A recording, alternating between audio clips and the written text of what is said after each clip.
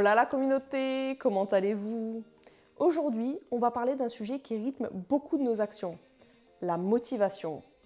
D'ailleurs, si je vous disais que tout ce qu'on vous a raconté sur la motivation, c'était faux. On nous le dit, on nous le répète, quand on commence quelque chose, pour continuer à être motivé, il faut des résultats. Il faut voir le chiffre sur la balance baisser pour continuer son régime. Il faut finir le marathon pour sentir la fierté de l'accomplissement. Mais qu'est-ce qui se passe quand les résultats tardent à venir? Vous connaissez ce sentiment, non? Cette petite voix qui chuchote puis hurle. À quoi bon?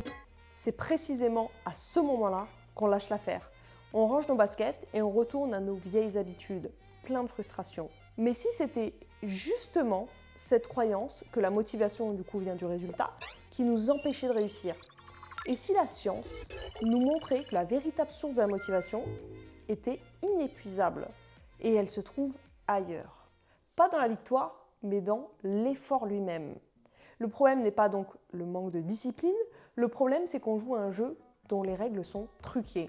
On cherche la récompense au mauvais endroit en gros. Pensez-y une seconde, notre société est obsédée par le résultat. On ne célèbre que les gagnants, les finishers, les success stories. On nous montre une ligne d'arrivée, le podium, le produit fini. Mais on ne nous montre jamais les coulisses, jamais les centaines d'heures d'entraînement sous la pluie, les milliers de lignes de code appris et qui plantent, les innombrables bouillons jetés à la poubelle. Mais en nous focalisant uniquement sur la ligne d'arrivée, on transforme le chemin pour y parvenir en une véritable corvée. Et notre cerveau, lui, il déteste ça. Il est programmé pour chercher le plaisir et fuir la douleur. Si le seul plaisir qu'on lui promet se trouve au bout d'un long tunnel de souffrance, il est parfaitement logique qu'il abandonne. C'est là que tous les conseils classiques sur la motivation s'effondrent en général. On vous a sans doute parlé des objectifs, par exemple SMART, spécifiques, mesurables, atteignables, réalistes et temporels. C'est un super outil pour planifier, mais un très mauvais moteur pour se motiver. Pourquoi? Parce qu'il oublie la partie la plus importante de l'équation, votre partie du cerveau émotionnel. Pour comprendre ça, il faut faire un petit détour par les travaux du prix Nobel Daniel Kahneman. En gros, il explique que notre cerveau est dirigé par deux systèmes. Le système 2, c'est notre esprit logique, rationnel, celui qui se fixe des objectifs SMART, c'est celui qui établit la stratégie. Mais le système 1, c'est notre cerveau émotionnel, impulsif, instinctif. C'est l'immense open space bruyant et chaotique qui doit vraiment faire le boulot. Le système 2 peut décider, demain on se lève à 6h pour aller courir. Mais à 6h du matin, quand le réveil sonne, c'est votre système 1 qui prend la vraie décision. Et lui, tout ce qu'il sent, c'est le froid, le confort de la couette et l'inconfort de l'effort qui arrive. Alors si la seule récompense qu'on lui propose, c'est une meilleure santé dans 10 ans, il va repousser le réveil sans trop d'hésitation ou vous en doutez. Le grand mensonge de la motivation, c'est de croire qu'on peut donner des ordres à notre système 1 avec la logique du système 2. Ok, ça paraît compliqué, mais vous allez comprendre, c'est pas si difficile. En réalité, la volonté, c'est une batterie qui se vide très très vite. Pour une motivation qui dure, il ne faut pas se battre contre son cerveau émotionnel, il faut bosser avec lui. Il faut lui donner ce qu'il veut, non pas à la fin, mais pendant l'effort. Et ce qu'il veut, c'est de la dopamine. Et c'est ici qu'on attaque le plus important. Les neurosciences ont découvert quelque chose de totalement contre-intuitif et d'incroyablement puissant. Il existe un mécanisme dans notre cerveau qui nous récompense chimiquement, non pas pour avoir atteint le but, mais pour le simple fait d'être en train d'essayer. La plupart des gens croient que la dopamine, c'est l'hormone du plaisir. On pense qu'on reçoit une grosse dose quand on mange un gâteau, qu'on gagne au loto ou qu'on franchit la ligne d'arrivée. Et c'est pas faux. Mais c'est une vision très limitée. En réalité, la dopamine, c'est surtout la molécule de la motivation, de l'anticipation et du désir. C'est le moteur qui nous pousse à agir et à poursuivre des objectifs. Imaginez un loup affamé. La dopamine n'est pas libérée en masse au moment où il dévore sa proie, elle est libérée quand il flaire une piste, quand il se lance à la poursuite, quand il anticipe le futur repas. C'est le carburant de la chasse. Sans dopamine, le loup il resterait couché sans aucune envie de bouger et finirait par mourir de faim du coup. Ce loup, c'est vous. Oui, je vous compare à un loup, mais cherchez pas. Votre cerveau, il est conçu pour libérer de la dopamine, non pas quand vous avez gagné, mais quand il sent que vous êtes sur la bonne voie, que vous faites des efforts pour atteindre un objectif qui compte vraiment pour vous. Voilà le secret. La motivation ne naît pas du résultat. La motivation, c'est le processus de recherche alimenté par la dopamine. Votre cerveau est motivé par la sensation de progrès, pas seulement par la victoire finale. Laissez-moi maintenant vous donner une analogie toute simple. Votre cerveau ne vous donne pas une énorme dose de plaisir une fois que vous avez fini la course. Il vous donne des petits shots de dopamine quand vous prenez la décision d'y aller, quand vous enfilez vos baskets et que vous claquez par exemple la porte.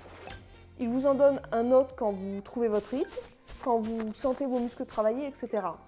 Chaque petit pas, chaque effort est reconnu et récompensé chimiquement par notre cerveau, même si on ne le ressent pas toujours. Comprendre ça, ça change absolument tout. Ça veut dire qu'on n'a pas besoin d'attendre la fin pour se sentir bien. On a littéralement une usine à motivation dans notre crâne. Il est temps d'apprendre à l'utiliser. Cette idée, elle est solidement ancrée dans des décennies de recherche. L'une des études les plus parlantes est celle de la psychologue Carol Dweck, qui a complètement bouleversé notre vision de la réussite. L'étude a été menée avec des enfants. On leur donnait des puzzles assez faciles. Une fois réussis, on les félicitait de deux manières. Au premier groupe, on disait « Bravo, tu as réussi, tu dois être très intelligent ». On valorisait leur talent inné en gros. Au second groupe, on disait « Bravo, tu as réussi, tu as dû faire beaucoup d'efforts ». On valorisait le processus. Ensuite, on leur a proposé un choix, soit un puzzle de même difficulté, soit un puzzle plus difficile, en leur précisant qu'ils apprendraient beaucoup en l'essayant. Une majorité écrasante des enfants félicités pour leur intelligence a choisi le puzzle facile. L'étude explique qu'ils ne voulaient pas risquer de perdre leur statut de petit génie. A l'inverse, une immense majorité des enfants félicités pour leurs efforts a choisi le puzzle difficile. Pour eux, le défi était une opportunité de grandir. Mais c'est la troisième étape qui est la plus folle. On a ensuite donné à tous les enfants un puzzle beaucoup trop dur. Évidemment, ils ont tous échoué. Mais leurs réactions ont été radicalement différentes. Le groupe intelligent a vu cet échec comme la preuve de leur propre bêtise. Leur motivation et leur plaisir se sont effondrés complètement. Le groupe effort, lui, est resté à fond dedans. Ils ont testé différentes stratégies, sont restés concentrés plus longtemps et beaucoup ont même dit qu'ils adoraient le puzzle difficile. Enfin, on leur a donné des puzzles faciles. Les performances du groupe intelligent avaient chuté. L'échec les avait démoralisés. Les performances du groupe, par contre, effort, elles avaient augmenté. L'échec leur avait servi de leçon, ça les avait stimulés d'une certaine manière. Maintenant, remplacez enfant par adulte et puzzle par projet pro, perte de poids ou tout autre ajout d'une nouvelle compétence ou autre. Si vous vous dites « je suis motivé parce que je réussis », vous êtes dans le groupe intelligent. Le jour où vous échouerez, et ce jour arrivera forcément, votre motivation s'écroulera. Vous interpréterez l'échec comme la preuve que vous n'êtes pas vraiment fait pour ça. Si au contraire, vous apprenez à vous dire « je suis motivé parce que j'essaie, parce que je me dépasse, parce que j'apprends », alors vous entrez dans le groupe effort. L'échec n'est plus négatif, il devient une information, un simple retour qui vous dit « essaie autrement ». C'est ce que Carol Dweck a appelé l'état d'esprit de croissance ou growth mindset pour les intimes. Et le lien avec la dopamine est direct. En valorisant l'effort, vous apprenez à votre cerveau à libérer de la dopamine pour le processus, pas seulement pour le résultat. Ce mécanisme, il s'appelle la neuroplasticité et pour les plus assidus d'entre vous, ça vous dit peut-être quelque chose, on en a parlé récemment sur la chaîne. Votre cerveau, il n'est pas figé, petit rappel quand même au cas où vous auriez oublié, il se reconfigure en fonction de vos pensées et de vos actions. Chaque fois que vous valorisez consciemment l'effort fourni, vous renforcez physiquement les connexions de ce circuit de récompense. Il y a même un paradoxe fascinant que les chercheurs appellent le paradoxe de l'effort. On croit que notre cerveau est paresseux et veut la facilité. Mais l'imagerie cérébrale montre que le cerveau donne plus de valeur à une récompense obtenue après un effort, juste bien dosé, qu'une récompense obtenue sans rien faire. Ça a peu d'importance pour lui en gros. C'est l'effort qui donne son goût à la victoire. Le secret n'est donc pas d'éviter l'effort, c'est d'apprendre à l'aimer, à apprécier. Ok, bon, assez de théorie, passons à la pratique. Concrètement, comment on fait ? Comment on transforme cette connaissance en une habitude ? Parlons d'un protocole en 4 stratégies qui a été évoqué dans différents livres et je vous donne mon avis sur le sujet juste après. La première étape, selon eux, c'est de changer complètement votre façon de mesurer le succès. Oubliez la balance ou le chiffre d'affaires. Pendant un temps, votre seule et unique mesure de réussite sera l'effort lui-même. Tenez un journal d'effort par exemple, chaque soir, au lieu de noter ce que vous avez accompli, notez les efforts que vous avez fournis. Par exemple, au lieu d'écrire « j'ai perdu 200 grammes », écrivez « aujourd'hui, au supermarché, j'ai eu une énorme envie de biscuits, j'ai hésité, j'ai résisté et j'ai pris des amandes à la place ». Le but, c'est de célébrer l'acte de faire, pas seulement le fait d'avoir réussi et d'avoir fait. Célébrez le moment où vous avez pris les escaliers, célébrez le moment où vous avez ouvert votre livre au lieu d'allumer Netflix, célébrez quand vous avez pris une grande inspiration au lieu de vous énerver. Stratégie 2. Si la dopamine est la récompense du progrès, alors la pire erreur, c'est d'avoir un objectif si lointain que vous n'avez jamais l'impression d'avancer. Le secret, c'est de découper vos objectifs non pas en tâches, mais en unités d'effort que vous allez pouvoir valider. Reprenons l'exemple du livre. L'objectif final, écrire 300 pages, c'est terrifiant. Un découpage en tâches, ce serait écrire chapitre 1, 2, 3, etc. C'est mieux, mais c'est toujours focalisé sur le résultat. Un découpage par effort, c'est mon objectif aujourd'hui, c'est de m'asseoir et d'écrire pendant 25 minutes sans m'arrêter. Vous voyez la différence ? Le succès dépend juste de votre capacité à fournir un effort. C'est un objectif que vous pouvez gagner à tous les coups. Vous entraînez votre cerveau à associer l'acte d'écrire à un sentiment de réussite. Vous rendez le processus lui-même addictif. Stratégie 3, c'est peut-être la stratégie la plus simple et la plus oubliée. Quand vous avez accompli votre effort, prenez 10 secondes, littéralement 10 secondes, savourez. Ça peut paraître un peu bizarre au début, mais ce que vous faites à ce moment-là, c'est capital. Le neuroscientifique Andrew Huberman insiste là-dessus. La récompense doit être interne. Vous apprenez à votre cerveau que la meilleure récompense pour un effort, c'est la fierté qui en découle. Stratégie 4. Celle-ci est un peu plus contre-intuitive, je vous l'accorde. Pour nous motiver à faire une tâche chiante, on a tendance à empiler des plaisirs. C'est ce qu'on appelle le dopamine stacking. Par exemple, pour aller au sport, vous écoutez votre meilleure playlist, vous buvez une boisson énergisante, vous y allez avec un ami et vous regardez une série sur le tapis de course. Vous faites votre séance, génial. Mais qu'est-ce que votre cerveau a appris selon vous ? Qu'il faut 5 sources de plaisir pour tolérer l'effort du sport. L'effort seul est devenu une punition. Le jour où votre téléphone n'a plus de batterie ou que votre ami annule, la motivation, elle est étonnamment un peu moins présente. La stratégie n'est pas du tout de tout supprimer, mais d'être conscient de ça et de temps en temps, volontairement, de faire la tâche dans sa forme la plus pure. Aller courir sans musique, juste vous, le bruit de vos pas, votre respiration. Au début, ce sera dur, mais si vous tenez bon, un truc magique va se passer. Votre cerveau va être obligé de trouver la récompense dans l'effort lui-même.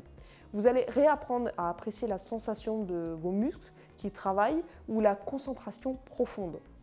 Bon, c'est bien beau tout ça, toutes ces stratégies évoquées dans les bouquins, mais vous vous en doutez, ce n'est clairement pas une solution miracle comme d'habitude. La vie, elle est bien plus compliquée. Apprendre à aimer l'effort, c'est top. Mais il faut y apporter quelques petites nuances. Premièrement, il faut distinguer effort et acharnement. S'obstiner avec une stratégie qui ne marche clairement pas, c'est une perte de temps. Et l'effort doit être vraiment intelligent. On appelle ça la pratique délibérée. Ça veut dire que tout en vous concentrant sur l'effort, vous gardez quand même un petit œil sur les résultats, juste histoire de pouvoir ajuster le tir au cas où. L'effort, c'est le moteur, la stratégie est le volant, il faut les deux pour moi en gros. Deuxièmement, le burn-out.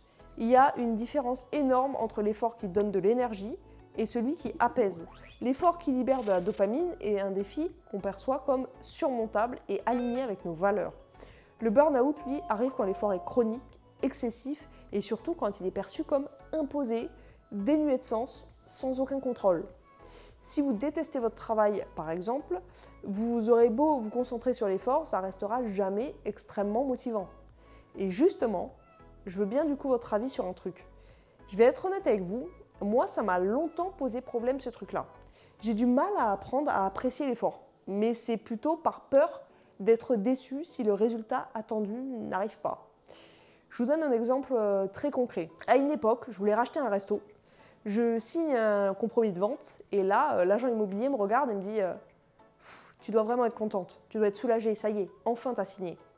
Et ça m'a marqué parce que je lui ai répondu que pas tant, que j'attendais d'avoir le prêt bancaire avant de me réjouir. Et la nana m'a regardée et m'a dit « Mais tu sais, faut aussi savoir apprécier les petites victoires quand même ». Et je sais pas pourquoi, mais ce moment m'a marqué. Je sais pas pourquoi. Bref, finalité, j'ai jamais eu le prêt. J'ai été déçue et je me suis demandé en écrivant cette vidéo, du coup, si j'aurais été plus déçue, si j'avais apprécié davantage le chemin, ou si ça n'aurait pas spécifiquement changé quelque chose. Et en fait, je crois que non. J'aurais même plus apprécié vivre cette expérience, je crois. Ça a été beaucoup de boulot, d'énergie, d'apprentissage que j'ai pas vraiment pris le temps d'aimer, du coup. Bon. En plus, quelques mois après, il y a eu le Covid, et là, je me suis dit, mais la vie est foutument bien faite quand même. Heureusement que j'ai pas eu ce foutu prêt. Vraiment, j'aurais ouvert, j'aurais pris de plein fouet une période où énormément de commerces ont coulé, où on paye encore le prix aujourd'hui. Bref, j'ai fini de vous raconter ma vie. À vous de me raconter la vôtre dans les commentaires, et en attendant, je vous récupère pour vous dire au revoir, comme d'habitude. Et bien écoutez, on se fait de gros bisous et on se dit à dimanche prochain. Gros bisous.